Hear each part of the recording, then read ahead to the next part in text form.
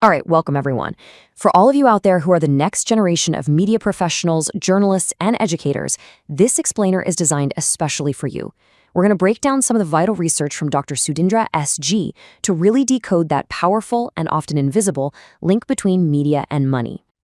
So let's just jump right in with a question that gets to the heart of it all.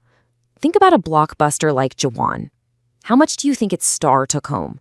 Or the budget for a massive film like RRR? Forget the story for just a second and think about the profits. Because those numbers, they tell a story all on their own. And that right there, that's the core truth we're digging into today. Every single piece of media you consume, whether it's a movie, a news story, or even a viral TikTok, it's not just a piece of culture. It's a commercial product, and it was designed with a financial goal in mind. Okay, so let's start by peeling back the very first layer.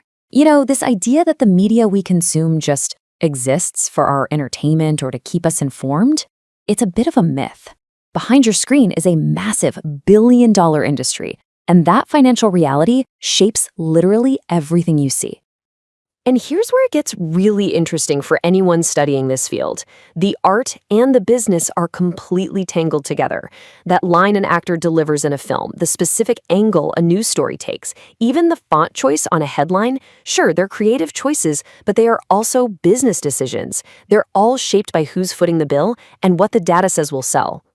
So if we agree that every piece of media is a product, then as critical thinkers, we have to ask the most fundamental question of all.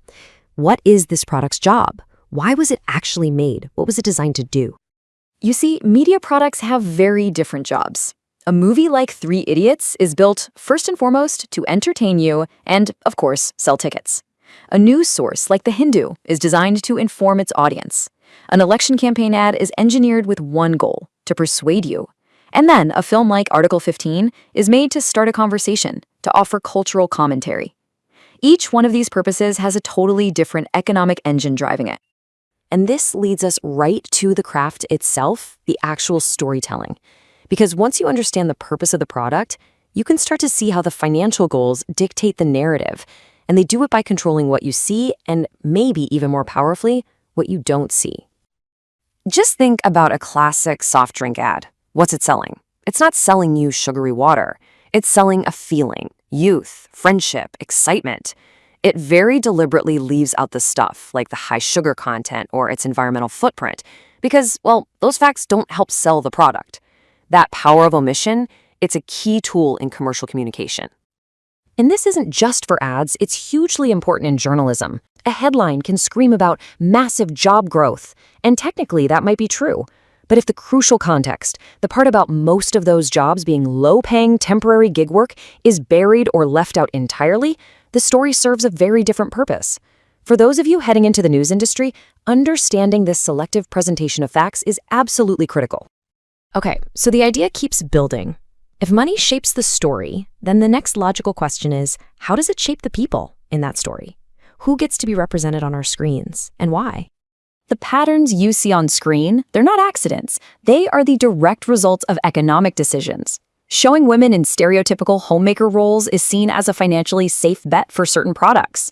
Mainstream Bollywood often centers on the Hindi heartland because it's seen as the biggest market. These are commercial calculations that end up having a massive cultural impact, often reinforcing biases that already exist. And this all comes down to the machinery behind it all.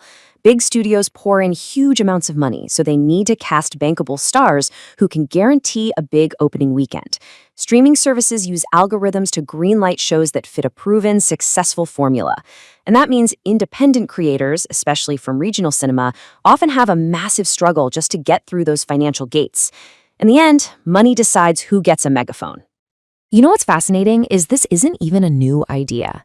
Decades ago, critical theorists like Adorno and Horkheimer warned us about this.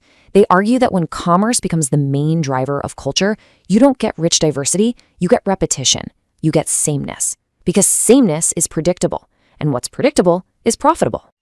And you can see this cycle of sameness everywhere in Indian media today, can't you?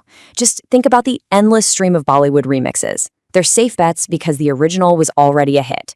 Or the TV family dramas that seem to follow the exact same plot points. Or all the crime thrillers on streaming that feel like they were made from the same template. This isn't a failure of creativity. It's a success of a financial model.